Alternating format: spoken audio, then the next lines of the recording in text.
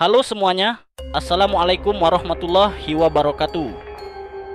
Kembali lagi di channel Mas Bay Story bersama saya Bayu yang akan membawakan cerita. Terima kasih untuk teman-teman yang sudah mengklik video ini. Semoga apa yang saya bagikan bisa menghibur teman-teman semua.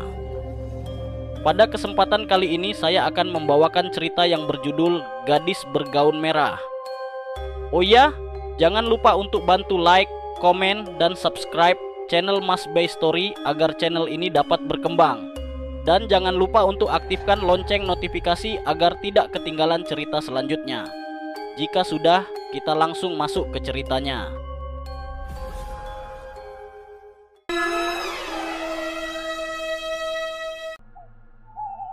Kejadian ini terjadi beberapa tahun lalu, dialami oleh seorang pemuda lajang asal kota Bandung yang baru saja bergabung sebagai kurir di sebuah ekspedisi pengiriman barang. Namanya Evan.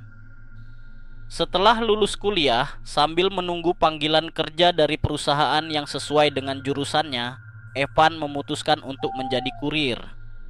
Penghasilannya sebagai kurir bisa menjadi tabungan awal sebelum mendapatkan pekerjaan tetap. Tidak ada kendala berarti bagi Evan dalam menjalani pekerjaannya. Ia sangat mengenal jalanan kota Bandung, baik jalan besar maupun jalan kecil. Bahkan, ia bisa mencari jalan pintas untuk menghindari kemacetan. Setelah bekerja sebagai kurir selama seminggu, semuanya berjalan lancar. Namun, di minggu kedua, sebuah kejadian aneh menimpanya. Pada hari Senin di minggu kedua, Evan harus mengantarkan banyak barang ke beberapa titik di wilayah Bandung Timur. Setelah mengantarkan hampir semua paket, tersisa 2 paket terakhir. Evan pun beristirahat sejenak di teras sebuah supermarket.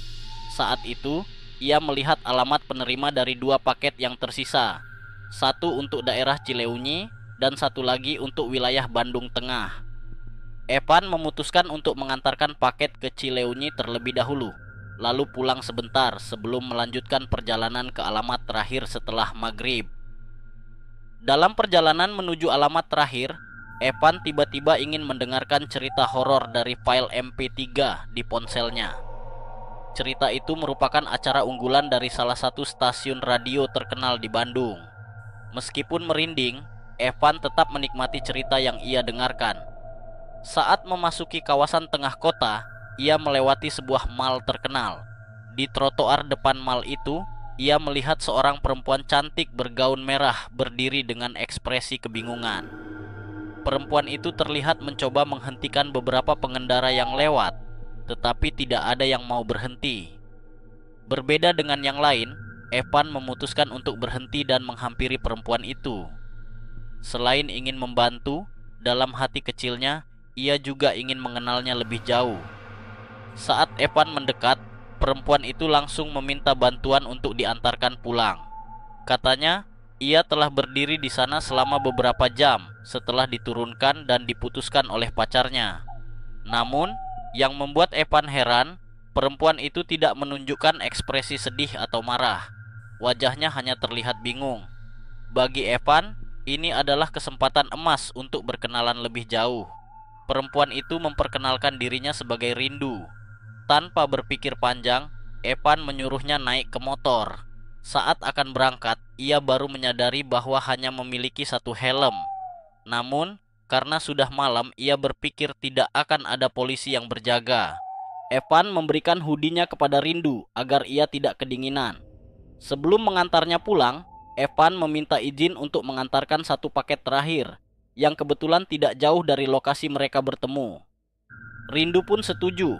Di sepanjang perjalanan, mereka mengobrol santai. Bahkan, Rindu berjanji akan memberikan nomor teleponnya setelah tiba di rumah. Janji itu terus terngiang-ngiang di kepala Evan, membuatnya semakin senang. Tanpa sadar, Evan telah membawa motornya melewati kawasan yang sepi tanpa banyak rumah warga. Ia mulai merasa aneh karena seharusnya dari wilayah itu pemandangan kota Bandung terlihat jelas, tetapi saat itu tidak terlihat sama sekali. Ketika Evan bertanya kemana arah selanjutnya, Rindu hanya berkata, "Terus saja, rumahku di ujung." Semakin jauh, kawasan itu semakin sepi. bahkan terlihat lebih seperti hutan. Dari kejauhan, Evan melihat cahaya kecil yang tampaknya berasal dari sebuah rumah. "Itu rumahku," kata Rindu sambil menepuk punggung Evan. Saat tiba di rumah tersebut, Evan merasa merinding. Rumahnya besar, tetapi lokasinya benar-benar di tengah hutan. Setelah Rindu turun dan memberikan nomor teleponnya, Evan langsung pergi. Namun, saat kembali ke jalanan, ia merasa ada yang aneh. Semakin lama ia berkendara, semakin dalam ia masuk ke hutan. Ia mencoba mengingat jalan masuknya, tetapi tidak bisa. Tiba-tiba motornya mogok. Saat diperiksa, ternyata bannya bocor dan bensinnya habis. Evan mencoba menghubungi Rindu, tetapi tidak ada sinyal. Begitu juga saat ia mencoba menghubungi temannya. Perasaannya semakin tidak menentu, terlebih tiba-tiba hujan turun dengan deras. Evan berlari mencari tempat berteduh, tetapi ia terpeleset dan jatuh ke lereng curam hingga akhirnya pingsan. Ia tersadar ketika ada seseorang yang menepuk pipinya. Ketika membuka mata, ia melihat dirinya dikelilingi oleh beberapa orang berpakaian seperti petani. Salah satu dari mereka bertanya, "Kamu ngapain di sini?" Evan pun menceritakan kejadian yang dialaminya. Para petani itu terlihat heran karena ternyata Evan tidak berada di kota Bandung, melainkan di daerah Cianjur. Ia tidak habis pikir, bagaimana bisa ia terlempar sejauh itu? Bagaimana dengan motornya?